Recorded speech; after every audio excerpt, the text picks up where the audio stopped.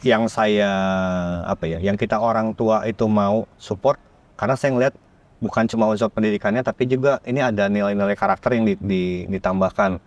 Saya pribadi ngomong ke Rafael, saya tuh nggak peduli kamu jago sejago apapun, tapi kalau kamu nggak punya karakter yang baik, itu akan susah gitu.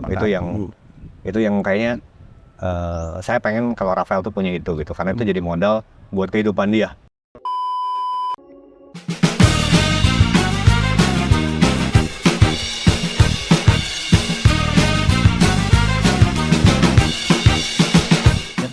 Oke, ketemu lagi di podcast Sanur. Hari ini kita ada narasumber yang asik banget. Ada Rafael dari kelas 4 SD Santa Ursula Bandung dan papanya, Papa Enrico. Katanya sih lebih dikenal dengan nama Papa Rafael daripada Papa Rafael. nama aslinya, gitu ya. Betul. Oke, kita mau ngobrol-ngobrol nih hari ini dengan Rafael dan papanya, papanya Rafael berarti ya. Papa Enrico atau Papa Rafael. Kalau di rumah dipanggil apa sih? Manggil papa apa di rumah? Daddy. Oke, kita mau ngobrol sama Daddy hari ini ya. Daddy Enrico. Oke. Ngomong gimana nih hari ini, sehat-sehat? Sehat. Iya, kita teriakan dulu dong. Apa kabar? Saya sehat, saya kuat, saya bahagia. Oke. Hari ini kita mau ngobrol sama narasumber kita namanya Rafael. Nama lengkapnya siapa? Boleh kasih tahu? Rafael Jeremy Alvarino. Rafael Jeremy Alvarino. Bener ya, kelas 4 ya? Oke. Nah, tahu nggak? Rafael ini dia punya prestasi yang luar biasa. Dia berprestasi di bidang olahraga, di bidang bulu tangkis tepatnya. Prestasinya sampai mana sih sekarang? Sekarang sampai 10 besar nasional. 10 besar tingkat nasional Usia putra. dini putra. Usia dini putra. Oke. Usia dini putra peringkat 10 nasional. Keren banget. Nah, kalau boleh tahu nih Rafael, kenapa Rafael senang dengan dunia badminton ini? Jadi dulu awalnya aku cuma ikut papa doang. Jadi kan papa dulu punya WO. Nah terus aku tuh ya coba ikut main. Awalnya nggak ada yang maunya misalkan langsung buat itu, nggak ada. Cuma main. Terus papa tuh nyanyiin, mau ikut klub nggak? Aku ikut ya klub. Terus pas aku ikut sih, kenapa aku di sekolah gini ya? Jadi aku sih sampai hari ini gitu. Oh gitu. Umur berapa tuh dulu pertama? 5,5 tahun. 5,5 tahun sudah mulai ikutan. Kenapa tuh Pak dulu ditawarin langsung ikutan di klubnya tuh? Kan kita teman-teman main tuh. Nah dia tuh pengganggu. Jadi dia tuh nggak mau keluar dari lapangan. Nah kita kan pengennya hura-hura ya main-main gitu. Nah dia tuh nggak mau. Pokoknya harus terus main dia. Nah saya tawarin daripada mengganggu di sini, mau nggak ikutan klub gitu. Terus dia bilang mau. Jadi ya udahlah, kita cobain dorong ke klub aja. Oke, keren. Terus saat ini kan sudah jadi peringkat 10 nasional kategori usia dini putra gitu ya. Sampai dengan hari ini bisa dihitung nggak ada berapa banyak pertandingannya? Oh enggak.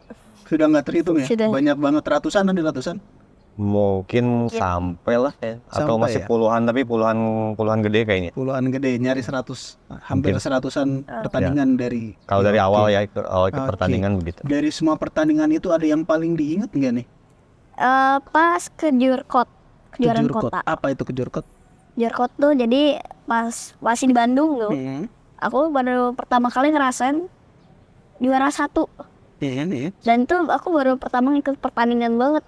Pertama kali ikut pertandingan. Enggak pertama kali sih, Oh. cuman pertama kali juara itu ngerasain. Pertama kali juara sejak itu. Ya gitu, mungkin aku ngerasa cocok gitu di bidang ini. Terus jadi aku lanjutin aja gitu. Oke. Sampai hari ini, sampai tingkat 10 nasional itu sudah berapa banyak medali atau piala yang berhasil diraih sih? Berapa tropinya gitu? Banyak banget kali ya. Mungkin belum dihitung sih. Belum dihitung. Susah juga kali ngitungnya ya. Lumayan Lemari di rumah penuh kali ya. lumayan banyak. Ada lemari pajang lah, lumayan. Pajangnya. Oke.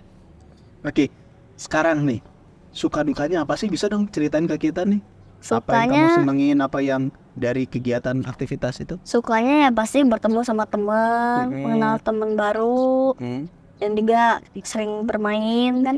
Kalau dukanya sih ya yang tentu dimarahin pelatih sih. Dimarahin pelatih, kenapa suka dimarahin pelatih? Ya mungkin kan aku nggak tahu ya, mungkin ada yang salah atau apa ya kan, nggak tahu ya. Terus mungkin kalah pertandingan atau target latihannya tidak tercapai gitu bisa. Oke. Nah, gimana nih? Kan Rafael sekarang sebagai siswa kelas 4 di SD Santa Ursula. Mungkin Rafael bisa cerita juga ke teman-teman yang sedang nonton podcast kita sekarang nih. Tips-tipsnya atau saran-sarannya supaya bisa berprestasi seperti Rafael nanti. Latihan yang serius, terus jangan pernah mengeluh. Kalau bisa taman sendiri di rumah juga kalau bisa. Tapi kalau udah waktu sih. Kalau ada waktu ya. Oke. Nah, gitu tuh cerita sedikit dari Rafael. Nah, sekarang kita pengen ngobrol sama papanya Rafael. Kalau papanya Rafael ini kan sudah mendampingi Rafael dari sejak usia 5 tahun ya, betul ya? Enggak, sejak dia lahir. Oh iya, sejak dia lahir. Iya, betul. Salah, iya betul. Kalau dari sejak umur 5 tahun tuh baru nemunya berarti. Iya. Betul. Maaf. Sejak lahir mendampingi Rafael. 5 tahun mulai menekuni dunia bulu tangkis. Iya. Nah, itu maksudnya. Betul. Oke. Gimana ceritanya tuh Pak bisa akhirnya? Oke deh, kayaknya dia gelutnya di sini aja nih, di bidang olahraga bulu tangkis aja nih, gitu. Ya, sebenarnya kalau dari latar belakang keluarga kita nggak ada yang keluarga di bulu tangkis atau di olahraga juga nggak ada. Nah, cuma ketika yang dia cerita itu dibawa ke PB, pertemuan kedua di PB itu pelatihnya manggil ke saya, Papa Rafael katanya ini anak beda katanya. Dia cerita ini anak kayaknya punya ya talenta khusus lah, ada gift khususnya, coba ditekunin. Itu jadi first confirmation buat kita keluarga. Ya udah kita coba. Dari situ saya mulai belajar. Oh, dunia bulu tangkis tuh kayak gini, ketemu sama orang-orang, saya ngobrol, cerita-cerita. Ya sampai hari ini kita mencoba memberikan ya pendampingan terbaik aja buat dia. Ya buta menuntun buta aja, sama-sama nggak tahu gitu. Oke. Dari usia 5 tahun sampai dengan sekarang berarti sudah berapa tahun tuh? Berarti sampai sekarang. Sekarang usia berapa sih Rafael? Nanti ya kalau dihitung udah 10 tahun. Sudah 10 tahunan. 10 tahunan, Pak. Gimana rasanya mendampingi? Ini kan bukan sesuatu yang umum dialami oleh orang tua yang lain ya. Betul. Gimana tuh bisa bagi ceritanya nggak tuh? Kalau dari orang tua mah tadinya pengennya normal pada umumnya lah, maksudnya ya jadwalnya gitu kan. Saya sampai bilang dia pengen itu lihat kamu tuh ya kayak pada anak kayak biasa gitu. Cuma karena passion dia mungkin begini, ya kita yang cari cara gimana menyeimbangkan antara prestasi dia sama pendidikan, karena buat kita keluarga tuh pendidikan kan modal utama gitu yang sampai kapanpun ya kita ngomong kalau misalkan atlet siapa tahu amit-amit satu hari cedera atau betul. usianya juga sudah selesai kan ada masa-masanya. Nah tapi pendidikannya kan dia bawa terus gitu, dan itu yang membuat kita harus cari yang seimbang ini nih gimana nih gitu orang tua. Oke. Tadi nyambung tentang pendidikan. Artinya kan antara pendidikan dengan passionnya, dengan talentanya, dengan talentnya ini kan harus diseimbangkan juga begitu ya? Ya. Nah, gimana tuh caranya tuh jadinya? Nah itu kan sebenarnya kan pencarian kita, karena emang saya orang tua nyari yang tadinya sekolah yang bisa support buat prestasinya dia. Dan setelah panjang pencariannya itu beberapa tahun baru ketemu di sini. Baru ketemu di SD Santa Ursula. Okay. Betul. Ini buat saya satu terobosan yang bagus.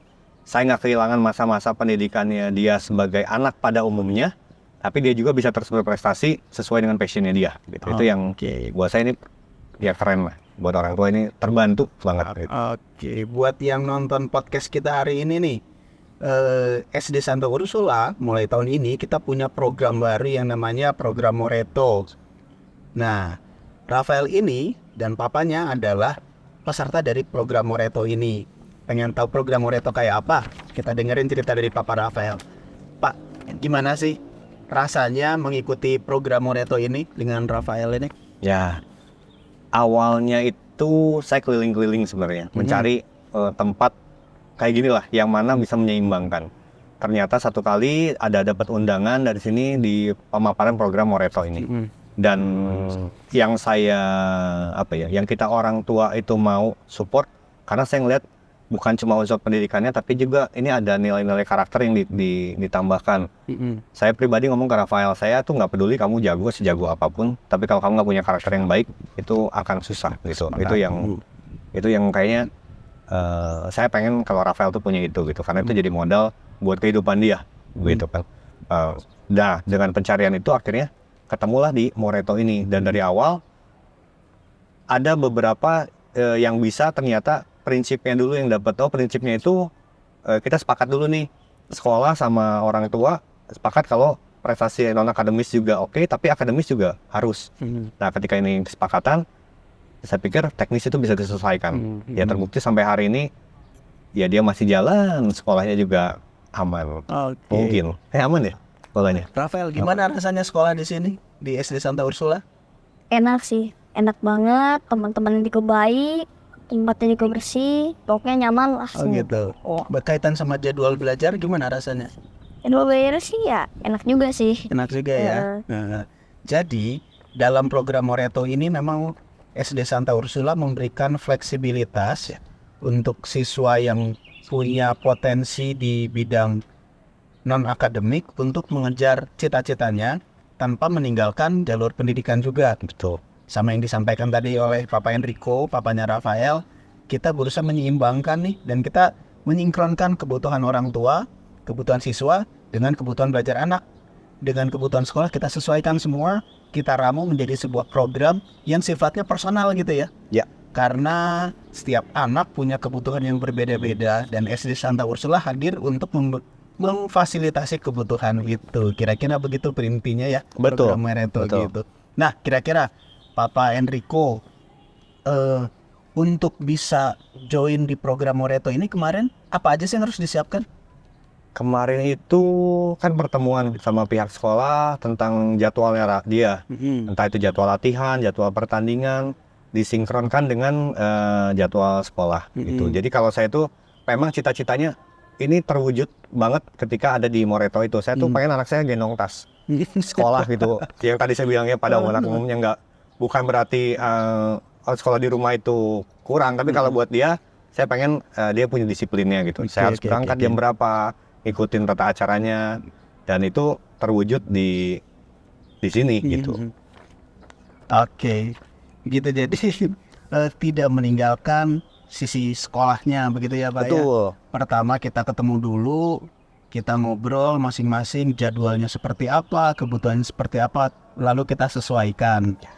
Nah, tapi nggak lupa antara pihak orang tua dengan pihak sekolah pun harus ada kesepakatan dulu di awal. Betul ya? Kita sudah sepakat.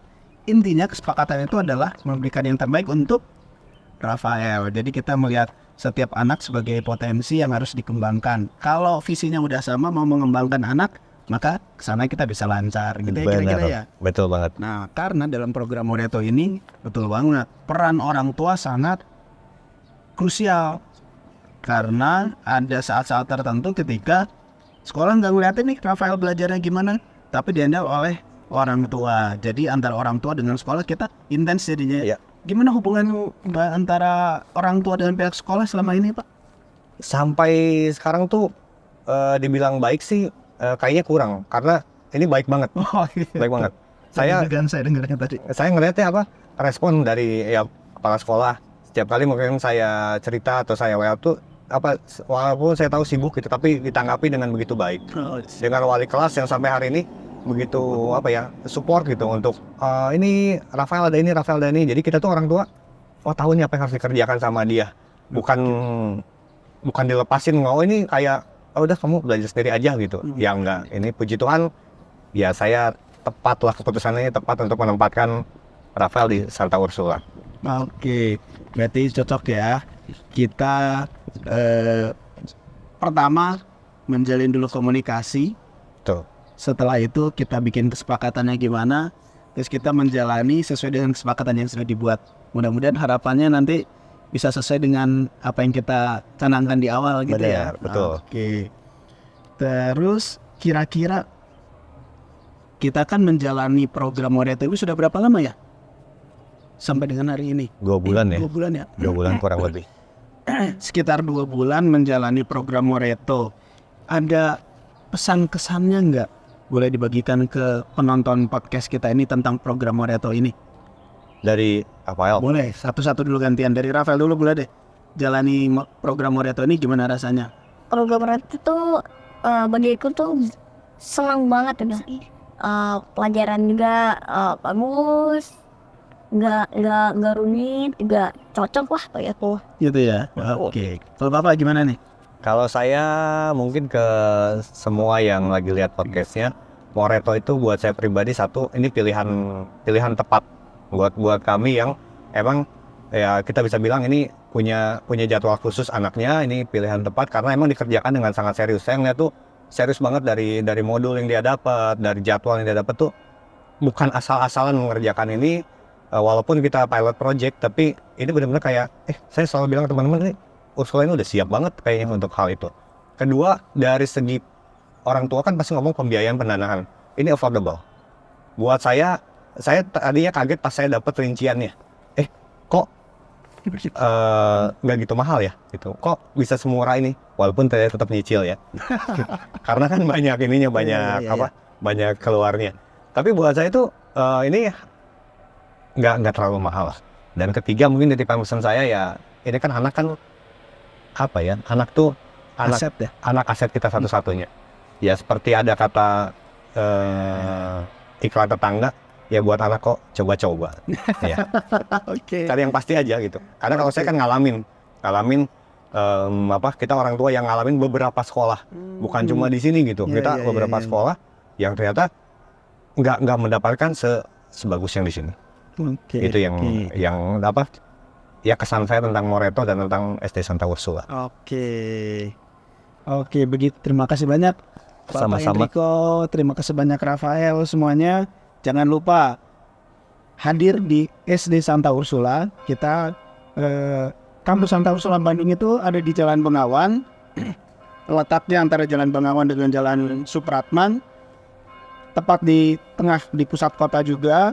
Mudah terjangkau dari mana-mana. Kita punya program yang semuanya mendukung perkembangan siswa karena kampus Santa Ursula ini adalah sekolah yang mengedepankan nilai-nilai entrepreneurship untuk mendukung kesuksesan anak-anak kita di abad 21 nanti dengan keterampilannya. Juga tidak lupa menanamkan nilai-nilai karakter yang ada dalam nilai-nilai Serviam. Jadi silakan kalau pengen tahu, pengen lebih kenal, boleh datang ke sini untuk ngobrol-ngobrol seperti yang dialami Bapak Enrico dulu. Pertama cuma datang doang, ngobrol doang, jadinya tertarik. Boleh kita ngobrol-ngobrol dulu, silakan datang.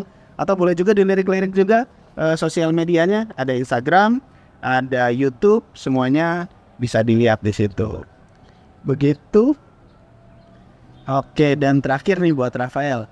Terima kasih banyak ya Rafael ya sudah mempercayakan pembelajarannya di SD Santa Ursula ini. Semoga cita-citanya, baik itu sebagai seorang pelajar, cita-citanya sebagai seorang atlet, semuanya bisa tercapai. Oke, terima kasih Rafael ya. Oke, terima kasih Pak. Terima kasih banyak. Terakhir kita boleh lihat ke penonton kita. Kita sampaikan jargonnya SD Santa Ursula Bandung. Oke, Santa Ursula Bandung. Entrepreneurship is our mindset. Kita sekali lagi ya.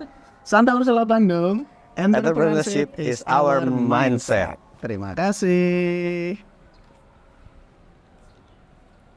Good. Okay. Maaf.